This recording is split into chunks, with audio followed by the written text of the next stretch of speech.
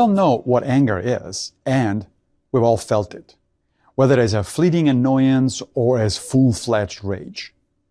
Anger is a completely normal, usually healthy human emotion.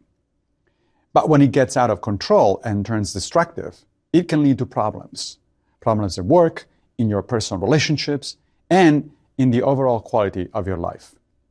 And it can make you feel as though you are at the mercy of an unpredictable and powerful emotion.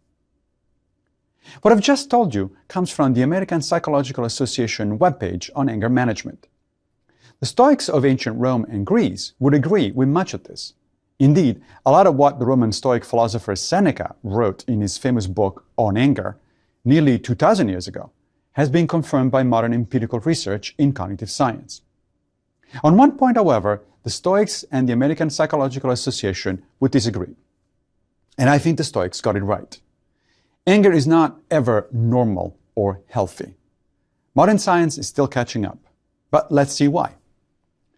Stoics divide what we call emotions into three broad categories: propateiai, pate, and eupateiai. The first category, propateiai, or proto-emotions, are essentially involuntary emotional reactions. They're like the butterflies in your stomach when something or someone moves you, or the feeling of dread experienced through the rush of adrenaline to your brain in a potentially dangerous situation. The propateiai are natural, inevitable, and probably beneficial, because they are a physiological signal that urges us to focus our attention on whatever is going on at the moment. The Stoics and modern psychology both accept and understand that involuntary emotions such as these, the propateiai, can take momentary control of our ability to think and even act. That's the first of our three categories of human emotion. The second category, the pate, cover what we think of as reactive passions such as fear and desire. The Stoics were in favor of minimizing or even erasing them from our mental makeup. The third category of emotions, the eupateiai, are positive ones, such as joy, and are thought consistent with rational behavior. For instance, I once read an article about a woman who was on a date, and the date was not going particularly well, though it wasn't bad either. At some point, the woman distinctly felt the butterflies in your stomach reaction. She paused, surprised, and thought to herself, I've had this kind of reaction before, and it was positive. Maybe this guy is more interesting than I've given him credit for so far. Shortly thereafter, she bolted for the restroom, where she threw up. Turns out, she contracted food poisoning and cognitively misinterpreted her own feelings. The Stoics and modern cognitive scientists alike agree that fully formed emotions, that is, whatever comes after our initial instinctive reaction to a situation, have a cognitive component. As such, we can train ourselves to argue against the first judgment, often automatic, that we associate with a particular emotion. If we succeed, this will literally change the way we feel about the ongoing situation. This approach is the basis of cognitive behavioral therapy, the most successful evidence-based type of psychotherapy available today. It also means that phrases like, "I can't help it, I just feel that way," are scientific nonsense, and the Stoics and CBT practitioners would add dangerous nonsense to boot. Now, let's go back to the Stoic classification of emotions to look at their two categories of cognitive emotions, which is where the Stoic take diverges from that of the American Psychological Association, and for interesting reasons. The facts are these. Any given proto-emotion may develop into a full-fledged emotion by way of the addition of an implicit or explicit judgment. And in any particular situation, our judgment might be correct or incorrect, as in the case of the woman with the food poisoning. The Stoics at this point make an interesting move. They say that proto-emotions can develop into either pate, the negative or unhealthy emotions, or into eupateiai, the positive or healthy emotions. Factually speaking, the Stoic description of what happens is pretty much the same as that of the American Psychological Association. Negative emotions, those that overcome reason, can lead to lasting destructive behaviors that destroy relationships, job performance, and so forth. But the Stoics disagree in terms of prescription. While professional psychologists recognize that negative emotions can be harmful, the professional trade group also contends that such negative responses can also be good, in some small measure. Essentially, this is the Aristotelian position about emotions, which predates the Stoics by a few decades. The Stoics engaged in a long debate with the Aristotelians on this point, denying that anything good can come of negative emotions. Indeed, a great part of Stoic training consists of shifting our emotional spectrum away from negative emotions and toward the active cultivation of positive ones. Love, not hate or anger. Joy, not sorrow. Acceptance, not fear. So, let's now turn to what Seneca says about anger, which the Stoics consider the quintessential example of a negative emotion. In his book on anger, Seneca begins without mincing words.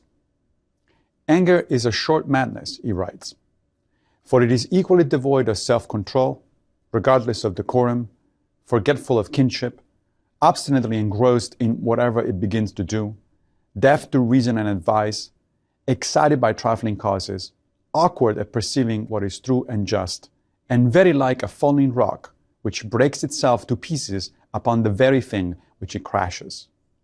That you may know that they whom anger possesses are not sane, look at their appearance. It's a vivid description of the horrors triggered by anger. But the crucial bit comes shortly after the beginning of the quote, when Seneca says that anger is deaf to reason and advice. He is giving us the Stoic definition of pathos, the singular noun for a negative emotion, and incidentally, the Greek root for our word pathology. An unhealthy emotion is defined as one that shoves reason away, that takes control of our actions in spite of our better judgment, ignoring sensible advice, and proceeding with whatever destructive behavior appears to be most satisfying. He continues immediately thereafter. No plague has cost the human race more dear. You will see slaughterings and poisonings, accusations and counter-accusations, sacking of cities, ruin of whole peoples, the persons of princes sold into slavery by auction, torches applied to roofs, and fires not merely confined within city walls, but making whole tracts of country glow with hostile flame. Again, a stunningly vivid picture, where Seneca makes the same point that is at the basis of Buddhist philosophy. Anger is destructive and the major cause of the suffering that human beings inflict on other human beings.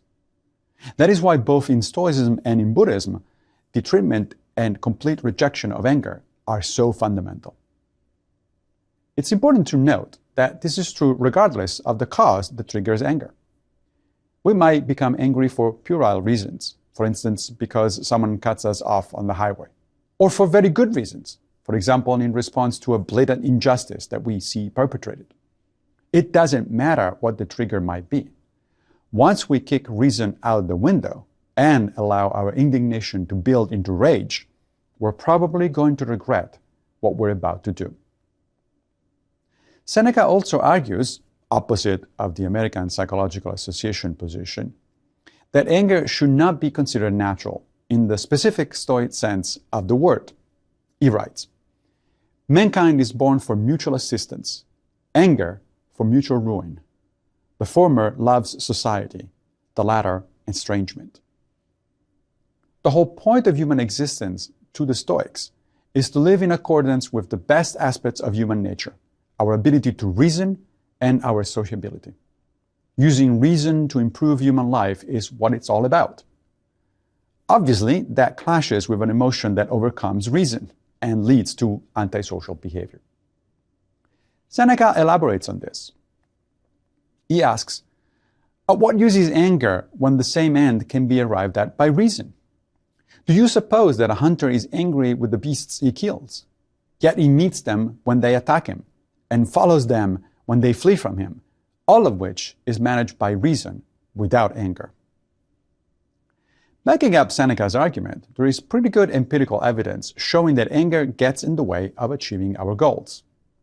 For instance, Research on the sport of boxing shows clearly that the boxer who keeps his cool and does not yield to anger, all other things being equal, is more likely to win the fight. Indeed, one skill cultivated by good fighters is the ability to get under the skin of their opponent. Once successful, the opponent is likely to start swinging wildly, opening his guard, and exposing himself to attack. Going on, Seneca writes, "What then?" asks our adversary. "Is a good man not to be angry if he sees his father murdered or his mother outraged? No, he will not be angry, but will avenge them or protect them. Why do you fear that filial piety will not prove a sufficient spur to him even without anger?" This is the first of the two most common objections to the Stoic take on anger. The second is as follows. "Anger is useful," says our adversary, "because it makes men more ready to fight." According to that mode of reasoning, drunkenness also is a good thing, for it makes men insolent and daring, and many use their weapons better when the worse for liquor. The first statement, "Is a good man not to be angry?" addresses a point that should be obvious and yet is often neglected. Why on earth do we need anger to motivate us to do the right thing? Why isn't our sense of justice sufficient? The second quote is an example of the Stoic sense of humor. So anger makes people more ready to fight? So does drunkenness. And no one in his right mind wants an inebriated army. Seneca explains the Stoics' moral objection to anger this way. "A good judge condemns wrongful acts, but does not hate them." This is the Stoic version of hate the sin, but not the sinner. It acknowledges that people do wrong for all sorts of reasons. They are mistaken, sometimes tragically so, and the error must be corrected or prevented if possible. But there is no need to go further toward expressing anger or hate.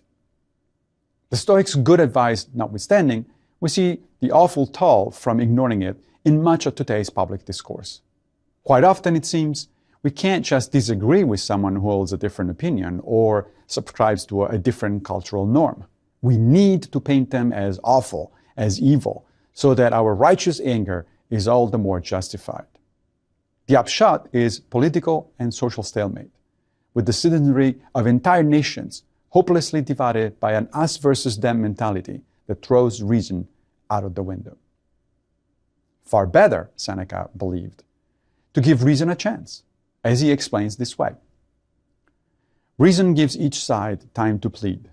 Moreover, she herself demands adjournment, that she may have sufficient scope for the discovery of the truth. Whereas anger is in a hurry. Reason wishes to give a just decision. Anger wishes its decision to be thought just." This is a beautiful phrase and thought, not uncommon from Seneca, who was known for his stylistic writings. Reason strives to arrive at a just decision. Anger, by contrast, is in a hurry. It wants to be thought of as just without careful consideration. Seneca dedicates a long passage to warning us once again not to give way to emotion, not to bend reason to passionate arguments before they're thought through. He says, "There is no doubt that anger is roused by the appearance of an injury being done. But the question before us is whether anger straightaway follows the appearance and springs up without assistance from the mind, or whether it is roused with the sympathy of the mind. Our opinion is that anger can venture upon nothing by itself, without the approval of mind. A passion, therefore, consists not in being affected by the sights which are presented to us, but in giving way to our feelings and following up these chance promptings." Seneca is telling us that we're mistaken when we say things like, "I couldn't help feeling that way." Of course we can. Emotions are a combination of initial feelings and cognitive assent. The first component might be unavoidable, but the second one, with training, can be brought under our control. Take, for instance, the notion of a crime of passion, as when someone discovers that their spouse has betrayed them and decides to address the situation by acting violently.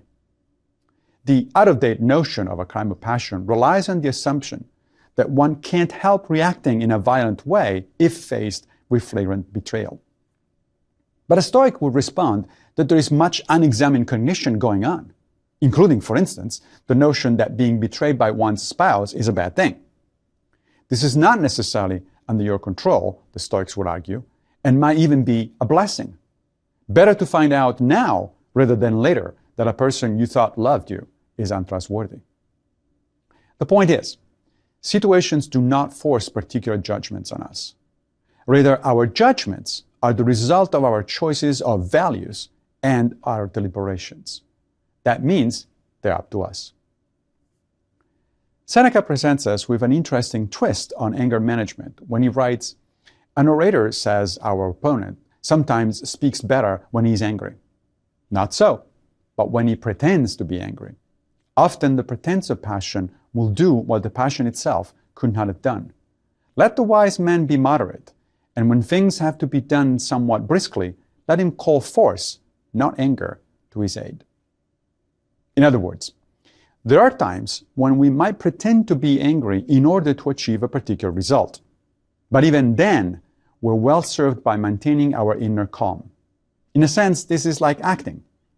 The actor doesn't really feel the emotions that she projects on stage or on camera, yet would not achieve the result of delivering a good performance if she didn't fool us into thinking that she does feel those emotions. Or think of it in terms of pretending to be upset with a child in order to move them to do the right thing. The child is incapable of sophisticated reasoning, and it's not his fault if he behaves like a child. But it would be immature to actually get upset with the child. That is, to internalize the attitude you're trying to project. Let's always keep distinct in our minds what works on others from what is good for us. And while we're at it, do you remember the last time you got angry at an animal? Or at your computer? Seneca has something to say about that as well. He writes, "We are angry either with those who can or with those who cannot do us an injury. To the latter class belong some inanimate things, such as a book, which we often throw away when it is written in letters too small for us to read, or tear up when it is full of mistakes, or clothes which we destroy because we do not like them. How foolish to be angry with such things as these, which neither deserve nor feel our anger. As it is the act of a madman to be angry with inanimate objects, so also it is to be angry with dumb animals, which can do us no wrong because they are not able to form a purpose. And we cannot call anything a wrong unless it be done intentionally." The ethically salient bit comes right at the end. Seneca reminds us that we can't label something a wrong unless it's done on purpose. Computers don't freeze up intentionally, and your dog didn't chew on your book to spite you. So to get mad at the computer or the dog is truly foolish. We'll recognize this, and upon reflection, probably feel foolish for having gotten upset. The Stoic innovation is to adopt the same understanding toward everything and everyone. Even when an adult does something that could trigger an angry response, the trick is to remind yourself that such person very likely thinks they have good reasons for doing what they're doing. Take someone who cuts you off on the highway, for instance. He may have truly good reasons to do it, for instance, because he's trying to rush his pregnant wife to the hospital. Or he may think that he has a right to do it because everyone else is a schmuck. In the first case, you will readily agree that rushing to the hospital is more than enough reason to take precedence over other cars on the highway. So there is no point in you getting angry. In the second case, you will probably agree that it is the guy himself who is a fool for thinking that he's better than everyone else, and therefore entitled to special treatment.